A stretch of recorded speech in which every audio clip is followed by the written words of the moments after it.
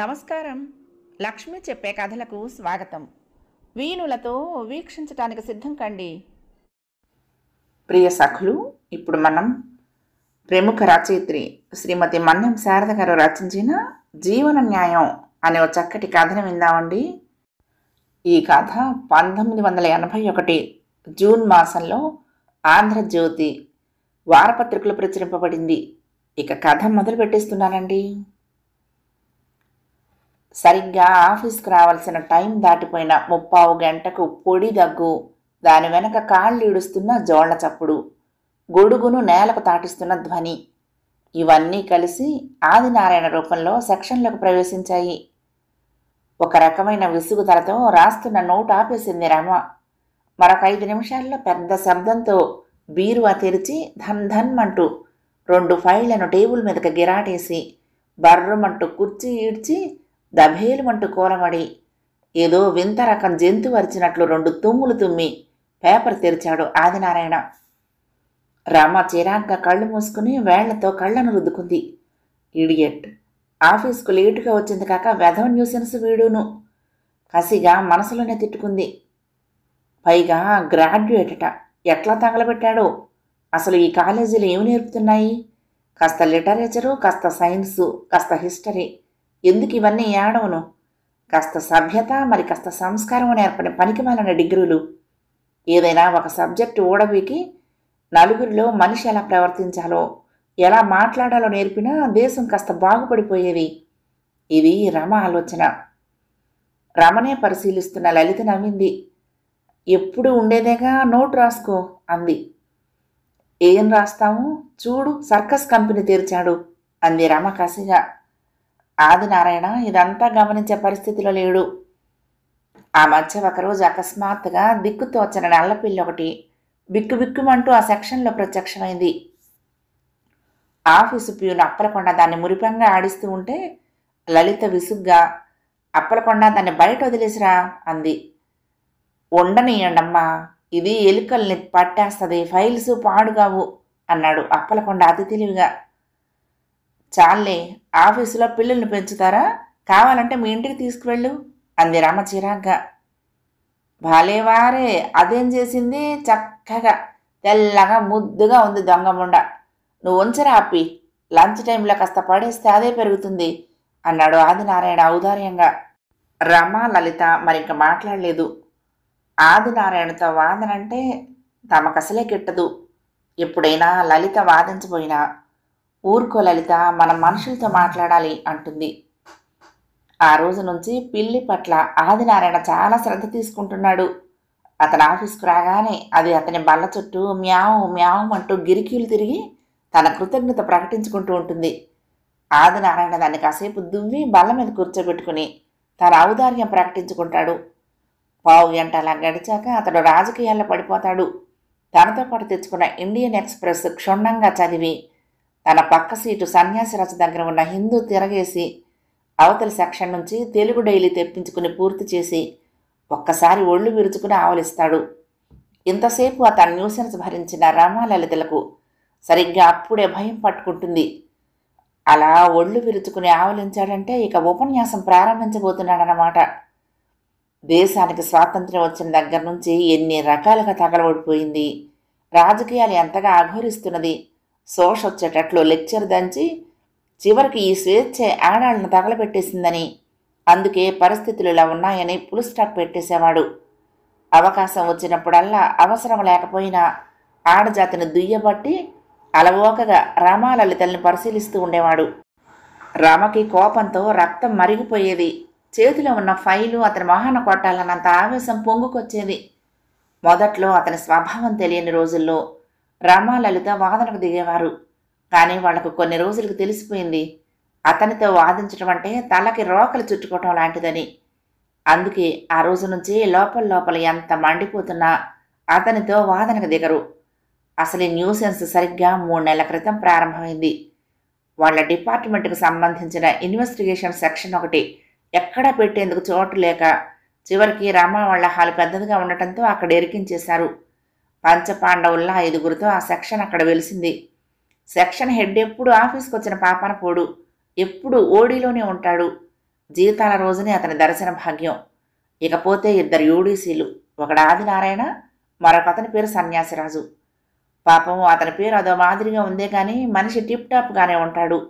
ఎప్పుడూ నలగని డ్రెస్తో, చెరగని క్రాఫ్ట్తో, నిగనిగలాడే ఊడ్స్తో, 4 అప్ టు డేట్ మ్యాగజైన్స్ పట్టుకుని సరిగ్గా టైం అంటే టైమే అన్నట్లు ఒక్క నిమిషం అటు ఇటు కాకుండా 9 గంటలకు టంచనగా సెక్షన్లో ప్రవేశిస్తాడు. ఆ తర్వాత ఎంతో బిజీగా ఒక్కొక్క మ్యాగజైన్ చాలా జాగ్రత్తగా చదివేసి కాసేపు ఆదినారాయణ లెక్చర్లు వింటూ నవ్వుతూ కూర్చుంటాడు.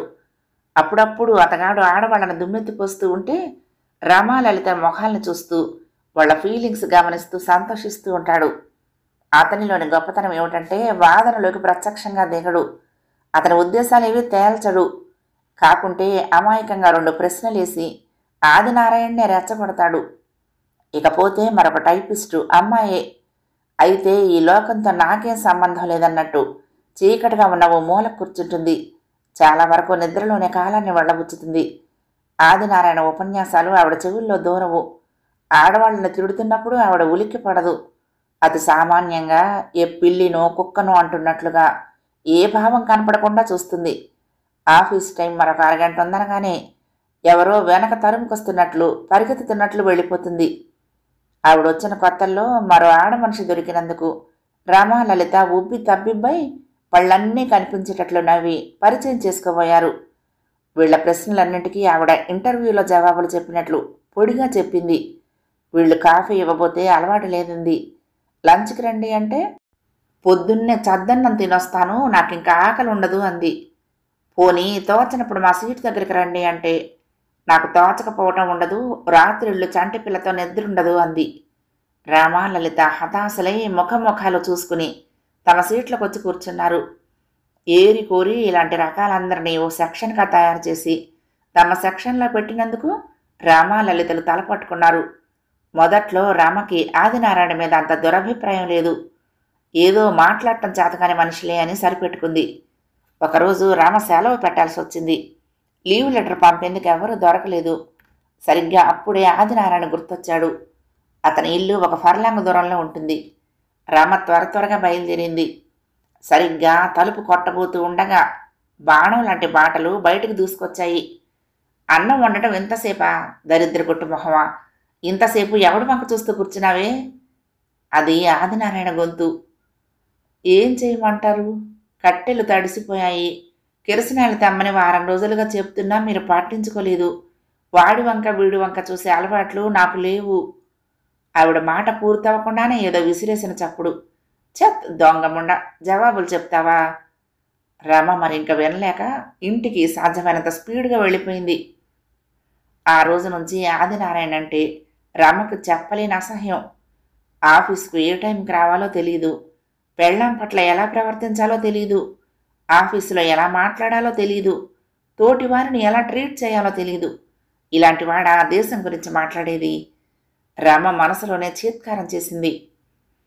రోజులాగానే ఆఫీస్కి వచ్చిన ఆదినారాయణ పెంపుడు పిల్లి కోసం 4 వైపులా చూసి ఈ మొండేది అన్నాడు ఆప్యాయంగా. అతని ప్రశ్నకు జవాబు చెప్పడానికి అప్పలకొండ అక్కడ లేడు. ఎవరు, మీ పెంపుడు కూతురా? నవ్వాడు సన్యాసిరాజు. అవునండి, ఎటుపోయిందో పేపర్ తిరగేస్తూ అన్నాడు ఆదినారాయణ. మరి కాసేపు నిశ్శబ్దం. ఏమండి, వింత చూసారా?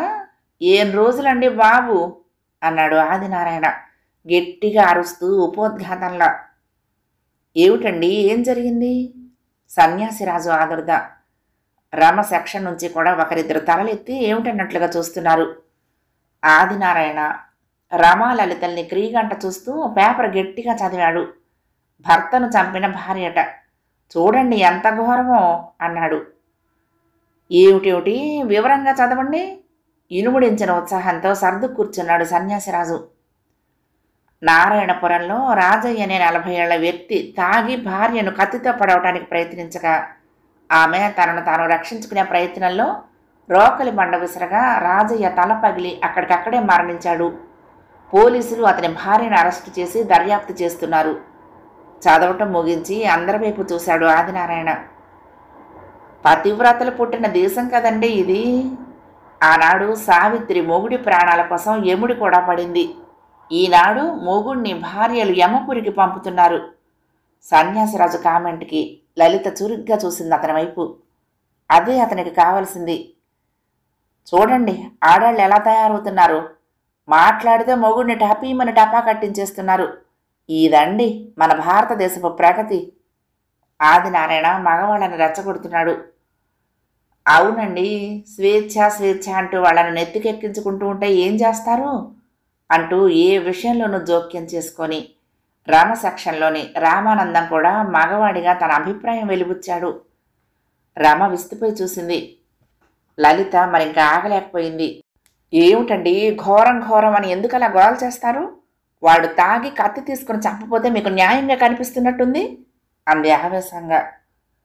అవును, అది అనాదిగా వస్తున్న ధర్మం. మొగుడు పెళ్ళాన్ని కొట్టొచ్చు, చంపొచ్చు. అది అందరికీ న్యాయంగానే కనిపిస్తుంది లలిత. తన ప్రాణం రక్షించుకునే ఆదుర్దాలో చేసిన పనికి అతను చస్తే భార్యదే తప్పు అంది రమ వెటకారంగా. చూసారా ఆడవాళ్ళు ఎలా మాట్లాడేస్తున్నారు? భర్త మాటలకు ఎదురు చెప్తేనే మహాపాపం అని తలిచే పాత ఇళ్లాళ్ల కాలం కాదండి ఇది. ఇది కలియుగం. ఆదినారాయణ కళ్ళు తిప్పుతూ అన్నాడు. రమ కఠినంగా చెప్పింది. అవును, ఇది కలియుగమే. మగవాణ్ణి దేవుడని పూజించడానికి ఇదేం త్రేతాయుగం కాదు. ఇప్పుడు ఆడవాళ్ళు పూర్వకాలపు పిచ్చివాళ్ళు కాదు. భర్తని సహచరుడిగా గౌరవిస్తారు, ఆత్మీయుడిగా ప్రేమిస్తారు. అంతేగాని ప్రాణం లేని బొమ్మను చేసి పూజించలేరు. పైగా ఒక్క విషయం మీరందరూ ఎందుకు ఆలోచించలేకపోతున్నారో నాకు అర్థం కాదు. అక్కడ భార్య భర్తను చంపిందన్నది అసలు విషయం కాదు. తన ప్రాణాన్ని తీయబోతున్న ఒక ప్రాణిని తన ప్రాణాల్ని కాపాడుకునే ప్రయత్నంలో చంపింది. మీకు తెలీదా? గదిలో మూసిపెడితే పిల్లి కూడా పులిలా తిరగబడుతుందని. గాను మీరంతా చాలా చాలా లెక్చర్లు ఇస్తున్నారు ఆడవాళ్ళ గురించి. చదువుకున్న వాళ్ళు, ఈ తరం యువకులు కూడా ఇంత వెనకబడి ఆలోచించగలరని మాకిప్పుడే తెలిసింది. చాలా సంతోషం అంది. రామ స్పీచ్కి హాల్ అంతా నిశ్శబ్దమైపోయింది. సన్యాసిరాజు రమ చివరి డైలాగులకి షాక్ తిన్నట్లు ముఖం మార్చుకుని తలంచుకున్నాడు. మీరు చెప్పింది చాలా కరెక్ట్ అండి. రామానందం రమని అభినందించి ఫైల్లో తలదూర్చేశాడు. ఆదినారాయణకు రమ ఉపన్యాసం నచ్చలేదు. కానీ ఆవిడ తన ఉపన్యాసంతో అందరి నోళ్లు మూయించేసింది. ఇప్పుడు తను మాట్లాడితే ఒక్కడే అయిపోతాడు. పైగా ఎప్పుడూ కాస్త రిజర్వ్డ్గా ఉండి తన పని తాను చూసుకునే రమ అంటే కాస్తంత జంకు కూడా ఉంది. అందుకే ఇంకక్కడి నుంచి తప్పించుకునే ఉద్దేశంతో బాత్రూమ్ వైపు దారితీశాడు. అతడు అలా నోరు మూసుకుని వెళ్తూ ఉంటే లలితకు చెప్పలేని నవ్వు వచ్చింది. రమ చేతులు పట్టుకుని గట్టిగా ఊపుతూ కంగ్రాట్స్ అంది. మరొక 10 నిమిషాల్లో బాత్రూంలో నుంచి గావు కేకలు వినపడ్డాయి. అందరూ ఆశ్చర్యంగా చూశారు. దీనమ్మ ఎలా పీకిందో దొంగముండ. దీనికి రోజు ముద్దలు వేసి పెంచాను, విశ్వాసం లేదు. ఆదినారాయణ నోటికొచ్చినట్లు తిట్టుకుంటూ లోపలికొచ్చాడు. క్షణంలో అతని రూపం మారిపోయింది. ముఖమంతా రక్కేసిన ఘాట్లు, వాటి నుండి రక్తం స్రవిస్తున్నది. ఏమిటండి, ఏమైంది? ఆదుర్దంగా అడిగారు అందరూ. రమ లలిత ఆశ్చర్యంగా చూస్తున్నారు. ఏముందండి, ఆ పిల్లి ముడలేదు, అది బాత్రూంలో తగలబడింది. నేను లోపలికి వెళ్ళానో లేదో, ఎలా పీకిందో చూడండి. ఆదినారాయణ రక్తం తుడుచుకుంటూ అన్నాడు. అరే సారు, మీకు తెలదేడు సార్, అది పిల్లల్ని పెట్టింది బాత్రూంలో, నేను చెప్దామని అనుకున్నాను అన్నాడు అప్పుడే లోపలికొచ్చిన అప్పలకొండ. పోర్ని, అయితే మాత్రం చచ్చేదానిలా వచ్చింది. అందరూ వద్దంటున్నా నేను దానికి తిండి పెట్టి పెంచాను దొంగముండ. ఆదినారాయణ ఉక్రోషంగా తిడుతూ ఉంటే లలిత కిసుక్కున నవ్వింది. రమ కోప్పడింది. తప్పు లలిత, అలా నవ్వకూడదు. తోటి మనిషి బాధపడుతూ ఉంటే నవ్వేలా వస్తుంది? రోజు అన్నం పెట్టి ఎంతో ఆదరంగా చూస్తున్న ఆయన్నే పట్టుకు పీకుతుందా? బొత్తిగా దానికి తెలివి లేదు. పిల్లి కదూ, దానికేం తెలుసు? దాని పిల్లల్ని ఏమైనా చేయడానికి వచ్చారనుకుని జాగ్రత్త కోసం ముందే పీకేసింది. కడుపు తీపి కోసం తన కడుపుకింత తిండి పెట్టిన వ్యక్తిని కూడా ఆలోచించకుండా పీకేసింది. రోజు ఆయన సీటు చుట్టూ ఎంతో కృతజ్ఞతగా తోకాడించుకుంటూ తిరిగే, నేలకు జానెడు కూడా లేని అతి సాధు పెంపుడు జంతువు కూడా తనకు అన్యాయం జరుగుతుందంటే సహించలేదని మనకు అర్థమవుతూనే ఉంది కదా. అలాంటిది మెదడు మనసు అన్నీ ఉండి తన సుఖానికి అన్ని విధాలా సహకరించే తోటి స్త్రీ తన ప్రాణం రక్షించుకోవటానికి తనను భక్షించటానికి వచ్చిన మనిషిపై తిరగబడటంలో ఘోరం లేదని ఆయన గ్రహించగలిగితే చాలు అంది. కథ సమాప్తం. ప్రియ సఖులు, ఈ కథ మీకు నచ్చితే తప్పకుండా లైక్ చేయండి, షేర్ చేయండి, కామెంట్ చేయండి, సబ్స్క్రైబ్ చేసుకుని నన్ను ఎంకరేజ్ చేయండి. ఉంటానండి. ప్రేమతో లక్ష్మి, కృష్ణా తీరం దుర్గమ్మ సన్నిధానం. నమస్తే.